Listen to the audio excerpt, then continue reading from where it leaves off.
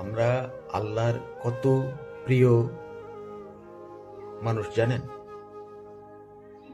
ইবলিস শয়তান যখন আল্লাহকে হুমকি দিল যে আমি তোমার বান্দাদের শয়তানের ধোঁকা দিয়ে জাহান্নাম ভরে ফেলব, তখন আল্লাহ ফেরেশতাদের ডেকে বললেন, হে ফেরেশতারা, আমার কোনো বান্দা যদি গুনার নিয়ত করে অথচ গুনাহ না করে, তখন তার কোনো পাপ তোমরা লিখবে না। যদি গুনাহ করে তাহলে একটি মাত্র গুনাহ লিখবে। আর যদি কোনো নেক কাজের নিয়ত করে, তারপর নেক কাজ না করলেও একটি নেক আমল তার আমলনামায় লিখে দিও। আর যদি নেক কাজটি সে করেই ফেলে, তাহলে তার বদলতে তাকে তুমি 10 গুণ নেকি সওয়াব লিখে দিও।